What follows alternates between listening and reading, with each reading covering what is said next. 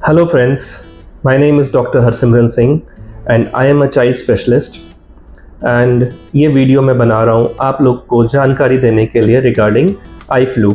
तो आप लोग सब जानते हैं कि आजकल आई फ्लू नाम की बीमारी बहुत फैली हुई है, इसलिए मैं चाहता हूँ कि इस वीडियो के माध्यम से हम और लोगों तक ये जानकारी फैला सकें। और अगर आपको मेरा ये वीडियो पसंद आए तो आप इसको ज़रूर अपने रिश्तेदारों में और अपने दोस्तों में शेयर कीजिए। तो आई फ्लू क्या होता है? आई फ्लू या फिर डॉक्टरी भाषा में इसे हम लोग बोलते हैं वायरल कंजंक्टिवाइटिस। तो कंजंक्टिवाइटिस का मतलब है कंजंक्टाइवा की इन्फ्लामेशन या फिर इन्फेक्शन। तो कंजंक्टाइवा क्या होता है? कंजंक्टाइवा हमारी आँख का जो सफ़ेद वाला भाग है, काली वाली पुतली के नीचे सफ़ेद भाग होता है, उसके ऊपर एक ट्रांसपेरेंट झिल्ली होती है जिसको हम कंजंक्टाइवा बोलते हैं। और जो हमारी आईलिड्स हैं, आईलिड्स के नीचे भी जो हमें रेड पोर्शन दिखता है उसके ऊपर भी एक ट्रांसपेरेंट झिल्ली होती है और उसको कंजंक्टाइवा बोला जाता है। तो इस ट्रांसपेरेंट झिल्ली के अंदर जब इन्फेक्शन हो जाती है या फिर सूजन आ जाती है तो उसे हम बोलते हैं कंजंक्टिवाइटिस।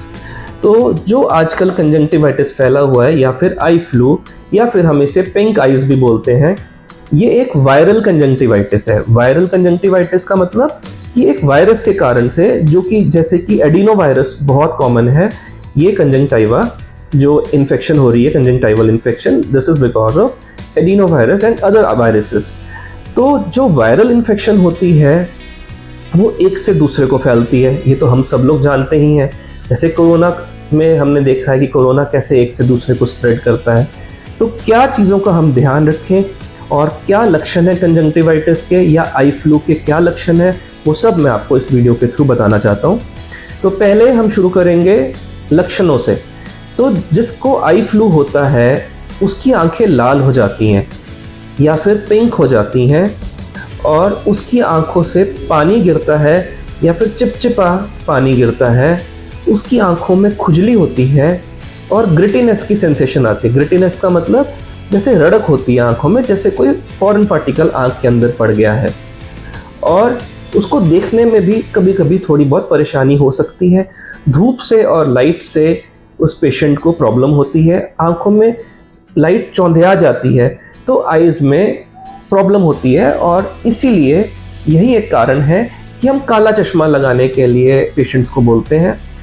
और काले चश्मे से क्या होता है, एक तो काला चश्मा लगाने की वजह से हमें लाइट से प्रॉब्लम नहीं होती है, और दूसरी चीज़, जब काला चश्मा आँख पे लगा हुआ है तो हम बार बार अपनी आँखों को टच नहीं करते हैं। तो ये फ़ायदा होता है काला चश्मा लगाने का। तो कैसे पता चले कि कंजंक्टिवाइटिस है और क्या करना है? तो अगर आपको अपने घर में या आस पड़ोस में या फिर स्कूल में टीचर्स को कोई ऐसा बच्चा या फिर ऐसा बंदा ऐसा नज़र आता है जिसकी आंखें लाल हैं और जिसकी आंखों में खुजली हो रही है, तो ऐसा अनुमान लगाया जा सकता है कि वो वायरल कंजंक्टिवाइटिस या आई फ्लू की बीमारी है। तो ऐसी स्थिति में क्या करना है? आपने अपने डॉक्टर को ज़रूर दिखाना है, एक आई स्पेशलिस्ट को दिखाना है, या फिर एक, अगर आपका बच्चा है तो आप एक पीडियाट्रिशियन को भी दिखा सकते हैं, और डॉक्टर की एडवाइस से ही दवाई लेनी है। अब इस बीमारी को आगे ना फैलना, अगर ना आगे फैले, इसके लिए हमने क्या करना है? तो इसके लिए कुछ प्रिकॉशंस मैं बता रहा हूँ। अगर आप उन चीज़ों का ध्यान रखेंगे तो मुझे पूरी उम्मीद है कि आप लोगों को आई फ्लू नहीं होगा। तो पहली चीज़, हमें अपनी आँखों को बार बार टच नहीं करना है। हमने अपनी आँखों को टच नहीं करना है। जो पेशेंट है वो क्या करता है, क्योंकि उसको खुजली होती है, इरिटेशन होती है, तो वो बार बार अपनी आँख में खुजली करता है या अपनी आँख को बार बार उंगलियों से टच करता है। तो ऐसे में क्या होता है कि जो वायरस है वो उसके हाथों में लग जाता है, हाथों की उंगलियों में वायरस लग जाता है। और जब वो टेबल के ऊपर हाथ रखता है या कुर्सी के ऊपर हाथ रखता है या दरवाज़ा खोलता है या अपने बिस्तर पे हाथ रखता है, तकिए के ऊपर, तो उसकी आंखों में से पानी गिरता है, तो वो चीज़ें इन्फेक्टेड हो जाती हैं।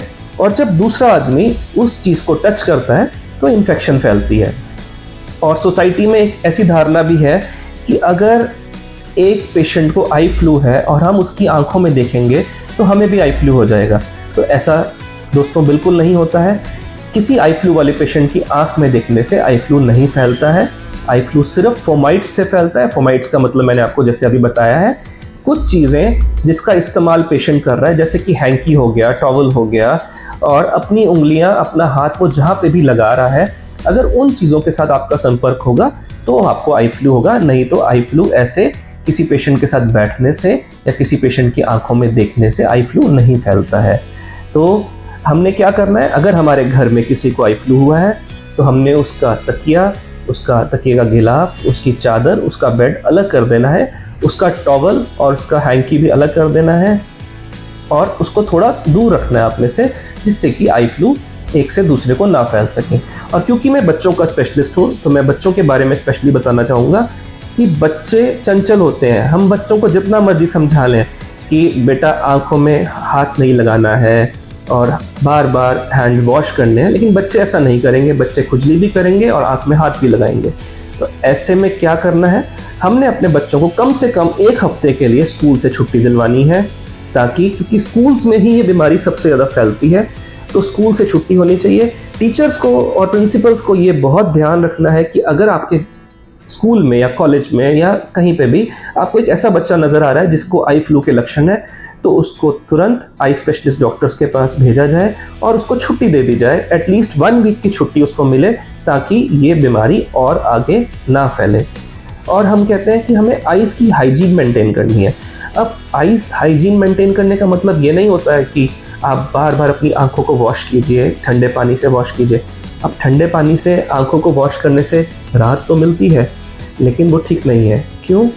क्योंकि हम जिस देश में रहते हैं, हम अपने पोर्टेबल वाटर, जो हमारा पानी हमारे नलकों में आ रहा है, उसकी हम गारंटी नहीं ले सकते हैं, क्योंकि अगर उस पानी के अंदर बैक्टीरिया रहेंगे या कोई इन्फेक्शन रहेगी तो बार बार आइज़ वॉश करने से वो इन्फेक्शन फैल सकती है। और वायरल कंजंक्टिवाइटिस में क्या होता है, क्योंकि वायरस की वजह से हमारी आइज़ की इम्यूनिटी बहुत कम हो जाती है, इसलिए हमारी आँख में बैक्टीरियल इन्फेक्शन लगने के चांसेस बहुत होते हैं। तो इसलिए हमने अपनी आँखों को बार बार धोना नहीं है। बट उसकी हाइजीन कैसे मेंटेन करनी है, हमने वाइप्स का यूज़ करना है, जो आई वाइप्स होते हैं, उनसे अपनी आँखों को साफ़ करना है दिन में 3 से 4 बार। और जिस वाइप से हमने अपनी राइट आई को क्लीन किया है, उस वाइप को हम डिस्कार्ड कर देंगे और लेफ़्ट आई को क्लीन करने के लिए हम दूसरे वाइप का यूज़ करेंगे। तो ऐसा ही दवाई के मामले में भी करना है। अगर हम आई ड्रॉप्स का यूज़ कर रहे हैं और कभी कभी क्या होता है कि हमारी एक आँख में आई फ्लू है और दूसरी आँख हमारी ठीक है, तो कभी भी उस आँख, जिस आँख के अंदर आई फ्लू है, वो वाली ड्रॉप्स हमने दूसरी आँख में नहीं डालनी। क्यों? इसमें हमें शेयरिंग नहीं करनी है। Sharing is caring, but eye flu के मामले में शेयरिंग इज़ नॉट केयरिंग। तो शेयरिंग नहीं करनी है, एक आँख की दवाई दूसरी आँख में नहीं डालनी है, तो अपनी दवाई और किसी पेशेंट को भी बिल्कुल नहीं डालनी है। तो अगर घर में 4 मेंबर्स को आई फ्लू है तो चारों के लिए दवाई अलग होनी चाहिए। तो इन कुछ चीज़ों का अगर हम ध्यान रखेंगे तो हम काफ़ी कुछ प्रिवेंट कर सकते हैं, काफ़ी हद तक हम आई फ्लू को प्रिवेंट कर सकते हैं एक से दूसरे को फैलने में। अब मैं आपको कुछ दवाइयों के बारे में बताना चाहूँगा। मैं दवाइयों से आपको ये नहीं बोल रहा हूँ कि आप मेरी बताई हुई दवाइयों को बाज़ार से ख़रीद लीजिए और उनको यूज़ कीजिए। मैं आपको हमेशा सलाह दूंगा कि जब भी आई फ्लू या आई फ्लू के लक्षण आपकी आंखों में या आपके बच्चों की आंखों में आपको लग रहे हैं, तो सबसे पहले आप अपने आई स्पेशलिस्ट या पीडियाट्रिशियन को कंसल्ट करें और उनकी कंसल्टेशन से ही आप दवाई लें। बट फिर भी किसी कंडीशन में ऐसा होता है कि आप गाँव में बैठे हैं, आपके पास डॉक्टर नहीं है, हमारे यहाँ हिमाचल में अभी बहुत रोड्स ख़राब हो गई हैं और पहाड़ से नीचे आना बहुत ज़रूरी मुश्किल हो गया है, रोड्स ख़राब है, बसेस नहीं चल रही हैं।